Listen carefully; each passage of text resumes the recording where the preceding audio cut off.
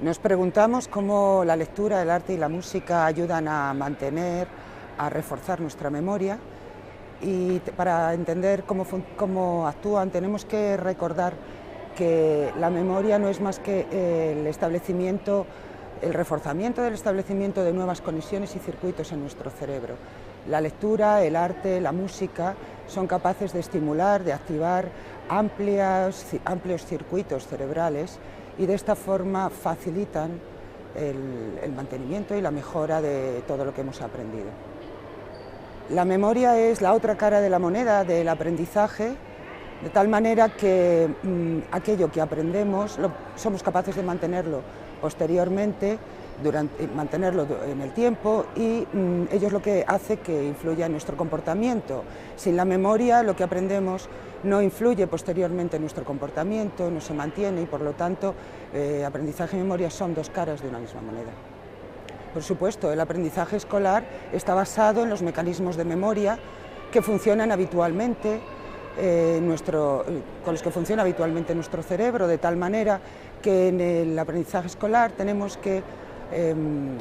utilizar los conocimientos actuales acerca de la organización, de la arquitectura cerebral de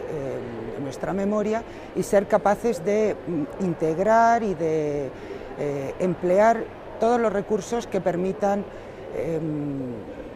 facilitar distintas formas de memoria que entre ellas interaccionan. Somos lo que aprendemos y lo que retenemos, por supuesto. La mayor parte de lo que aprendemos, la mayor parte de nuestra memoria, no es consciente siquiera. Por lo tanto, el aprendizaje es lo que va conformando las representaciones del mundo, que son las que en último extremo están determinando nuestras respuestas, y lo que conforma nuestra identidad en último extremo. Son dos estados diferentes de esas huellas que el aprendizaje induce en nuestro cerebro, de tal forma que durante un periodo de tiempo lo que hemos aprendido es lábil, puede modificarse con facilidad y depende de determinadas áreas cerebrales, y solo posteriormente, después de una serie de procesos de consolidación, pasan a ser permanentes, a mantenerse en el tiempo, y en muchos casos forman nuevos circuitos en áreas diferentes de aquellas que adquirieron la información inicialmente. Podemos perder los recuerdos conscientes, y eso es lo que ocurre en los casos de amnesia por daño del lóbulo temporal, casos muy conocidos como el paradigmático caso HM, en el que no se es capaz de recordar aquellas experiencias que se han vivido, pero sin embargo, gracias al comportamiento pone de manifiesto que de forma inconsciente se mantienen buena parte de los aprendizajes adquiridos. En el caso del paciente HM, él fue capaz de aprender a jugar al ping-pong, por ejemplo, o a realizar tareas motoras, mostró aprendizajes motores y perceptivos, a pesar de que no se acordaba, no era capaz de recordar que sabía hacerlo. Bien, esa es una cuestión muy debatida y es uno de los grandes problemas de la neurociencia en la actualidad, pero hay distintas hipótesis y teorías acerca de cómo surge la conciencia, y algunas de las más aceptadas van en la dirección de pensar que la conciencia requiere la activación simultánea y la coordinación temporal de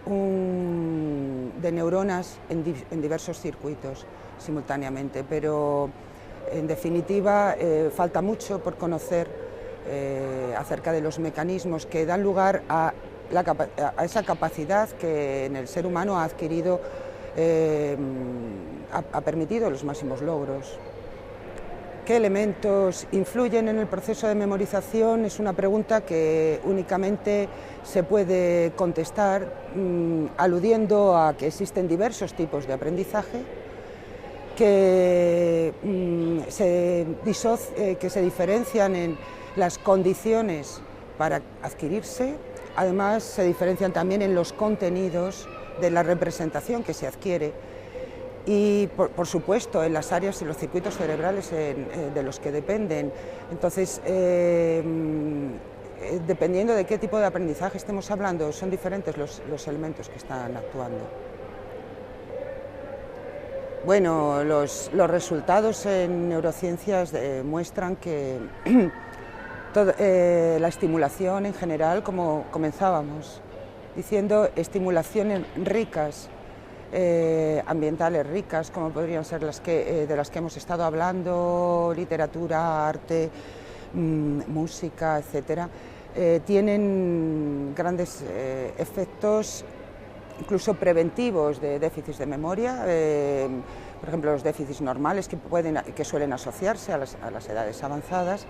pero además hay otros consejos que podrían darse y de los que existe gran información en la actualidad y que van más en la dirección de que el ejercicio físico, aunque siempre lo hemos disociado de los aspectos cognitivos, el ejercicio físico ejerce unos efectos notables en los sistemas de aprendizaje y memoria, y en este sentido se han identificado sus efectos tanto en la sinapsis, en las conexiones entre neuronas, como en la generación de nuevas neuronas en el adulto en determinadas áreas concretas donde se produce, como es el caso del giro dentado. Por tanto, una vida rica en estimulación, ejercicio y, no olvidemos, contacto social, interacciones sociales que ponen en marcha buena parte de nuestros sistemas cerebrales. Lo importante es que debemos ejercitarlos, puesto que la capacidad de aprendizaje se fundamenta en la plasticidad que muestran las neuronas, y esa es una propiedad intrínseca de las neuronas que no pierden a lo largo de toda la vida.